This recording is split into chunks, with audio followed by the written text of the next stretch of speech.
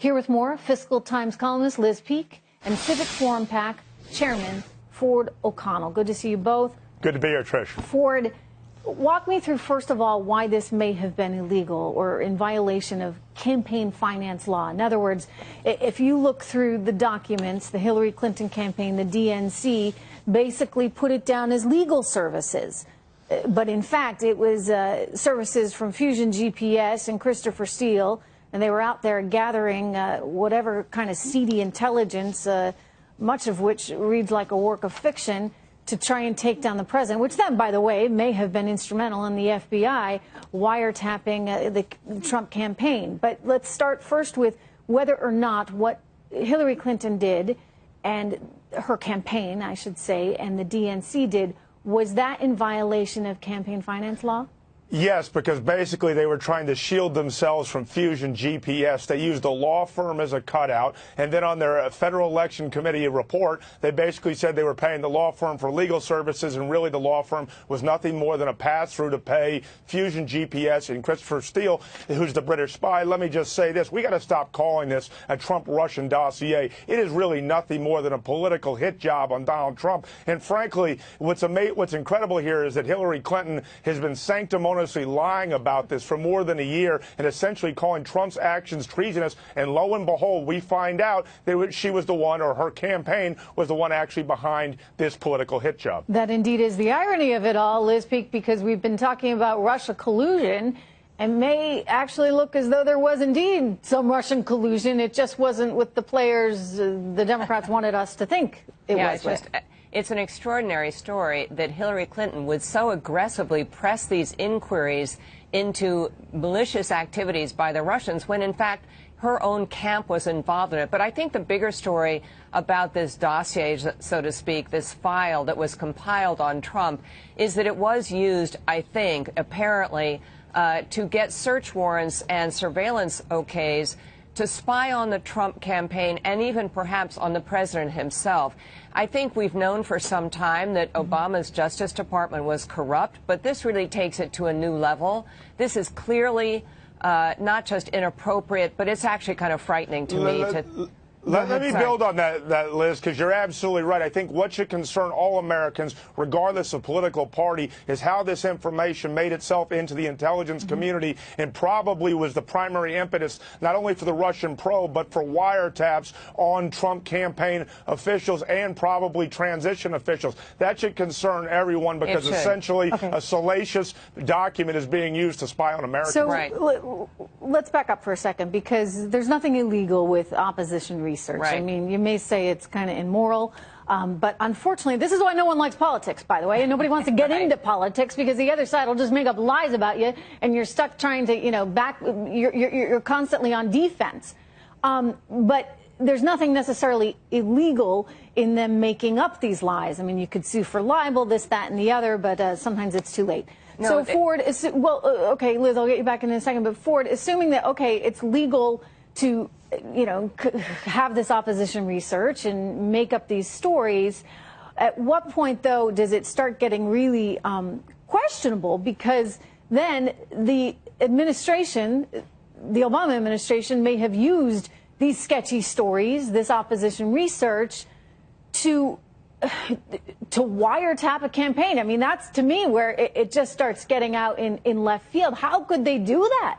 Well, this is one of these things where President Trump essentially calls it modern age Watergate, this and the uranium one together. Here's how they can actually do it. If the FBI uses it as the basis, then essentially it could conceivably be done. But I think what's troubling here is it's unverified. If I were really scared and I were venture to guess how the FBI used this as a wiretap, I would say that Christopher Steele, the British spy, gave it to MI6. MI6 then gave it to U.S. Intel, and therefore you'd need a lower threshold to actually get that FISA warrant. This is really a whole shell game to actually target In the Trump meantime, campaign officials. there's something else going on as well. I mean, the news just keeps coming, or the hits, we should say, for Hillary Clinton keep on coming, because we're getting more and more information about the Uranium One deal as well, Liz. And we're learning that the informant is going to be able to testify, and we anticipate getting much more information from that informant. But as I've said all along, and given your business background as well, I don't know how a deal like this happens. I mean, I really and truly don't, because I know how sensitive cross-border transactions are.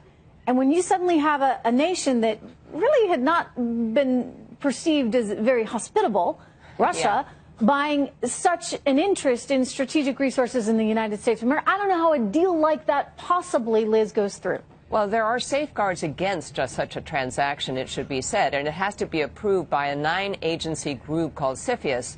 But I would have to assume that the State Department is one of the more important members of that 9-member group. And it does appear that Hillary Clinton green-lighted this transaction even over the objections of security personnel who knew, number one, that Putin had targeted acquisition of uranium reserves for strategic purposes, very important to Russia. So this wasn't just a one-off casual investment. This is something they were really working on. Well, they were investigating it. The FBI at the time was investigating. That's the new news. Why it was that Vladimir Putin was trying to grow his influence in the atomic energy sector. So let me give you some names.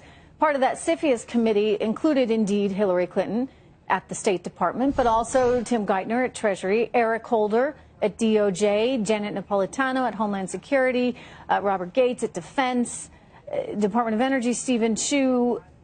I get it, and the list goes on.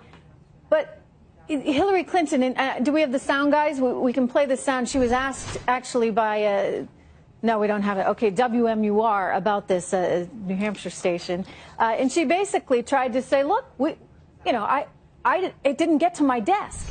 And that's what I keep on hearing. Here we go. We got the quote for you. There were 9 government agencies who would have to sign off on that deal. I was not personally involved because that wasn't something the Secretary of State did. Well, now we're either talking about total incompetence, because, by the way, Secretary of State Clinton, you ought to be looking at a deal like that. So it's either total incompetence or there's something else forward at play. Well, it seems to be that there's something else going on here. She's claiming, I'm sticking my head in the sand like an ostrich. But when you start to look around it, besides the FBI investigations that are going on, which, by the way, Robert Mueller was overlooking that investigation, you also have Frank Giustra, who is trying to sell the company the Russians, giving her foundation a large amount of money. And at the same time, Bill Clinton was making a $500,000 speech to Russian bankers at the same time. So when you start looking at this, whether or not she had her head in the sand, she should have known about it, because frankly, it's something smells rotten here, a lot like Denmark. It's one of those things, separation of church and state, right? Hey, honey, maybe you shouldn't take the $500,000 gig in Russia, because it turns out we've just approved the Russians to purchase 20% of uranium here in the U.S. Thank you so much, Liz. Enrique Morones is the founder of Border Angels, a pro-immigration group, and he joins us. Enrique, thanks for coming on. Hey, Tucker. So I understand that you're for more immigration into the country, but I can't imagine you would support people walking across Mexico and just showing up, expecting to be let in. If that were to happen a lot, we would no longer be a country. So what should we do with these people? Well, Mexico is not a hostile nation, like you mentioned earlier. Of course it is. The people that are coming from... No, of course it isn't. And the fact that these people are coming from Central America is the same thing that's been going on since Reagan interfered in the Central American policies in the late 70s and 80s. These are people that are escaping violence, escaping hunger. They're looking for refuge, and they're trying to come into the country. And when you have a Border Patrol spokesman like Chris Harris encouraging them to come, telling them, just show up at the border and say asylum and you're going to get in, that's a lie. That's not the way it works. And it causes these people to flee. They're crossing. They think they're going to be able to get in. Most will not be getting in. I'm not really sure why I don't know why you would feel an obligation to defend the government of Mexico, which is abetting illegal immigration into our country, which has been literally for years, which has trained people explicitly with documents that we have on how to get into this country illegally. I don't know why you would be flacking for them. I don't know what's in it for you exactly, but let's stop lying about it. Mexico could stop this right now. Mexico is a very long country. It's a long way from Honduras to Tijuana. They could stop this, but they're not. This is an act of hostility. The thing is that we allow the freedom of people to be able to travel freely within the country, as a lot of countries do in the world. And I will defend Mexico, because you're lying. Why don't you show me a document where the Mexican government is training people, like you just said, to cross into the United States? The Mexican government isn't doing that.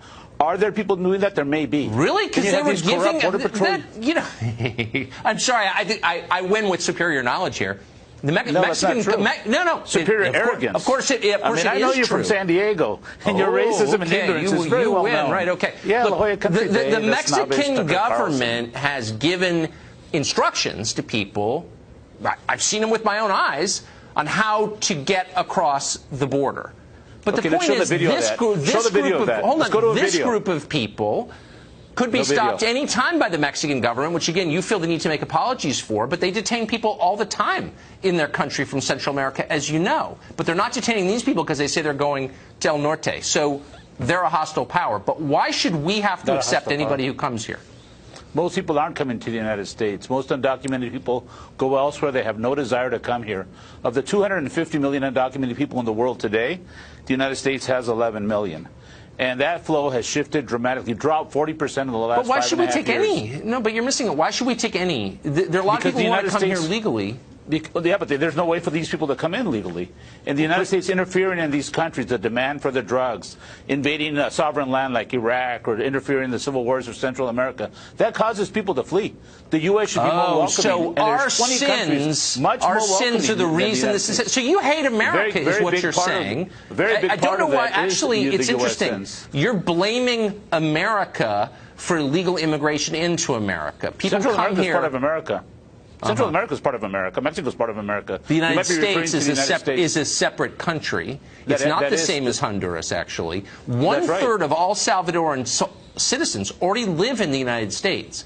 So at what point can we say we've atoned for our sins in El Salvador? Stop interfering in the policies of other countries. Stop taking their natural resources. Stop invading sovereign lands.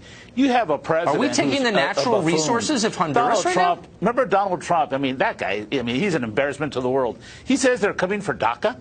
DACA ended in 2000. People had to have been here by 2012. Donald Trump doesn't know what he's talking about. Let me ask you. I'm not asking you your opinions on Trump. I'm not interested. I'm asking you about the policies that are. Hold on. The policies that affect all of us as Americans. And you're saying that Hondurans have a right to come here because we take the natural resources of Honduras somehow? Can you be a lot more specific? Absolutely. The invasion of the United States of sovereign lands, whether it was the interference in Central America with the Reagan administration. What do we do to Hondurans? Well, have you heard of Iran-Contra? Have you heard of the fact that the United States is the #1 consumer of natural resources from other countries? The #1 consumer in of Honduras? drugs? So these people are coming here to punish us for bad things we did in Honduras? No. Are you representative of people on the left? Is everybody this dumb? The United States has a large responsibility. About? And when they invade sovereign lands, when they take from sovereign lands, they should be a more welcoming nation, and they are not. But there's no legal way for the people to come in. They're desperate. People are crossing borders all over the world. I just want to have a rational conversation. They should be able. Yes, we should have one. All right. Yeah, we should have a rational. Get back to me when you can explain what we did to Honduras to deserve this.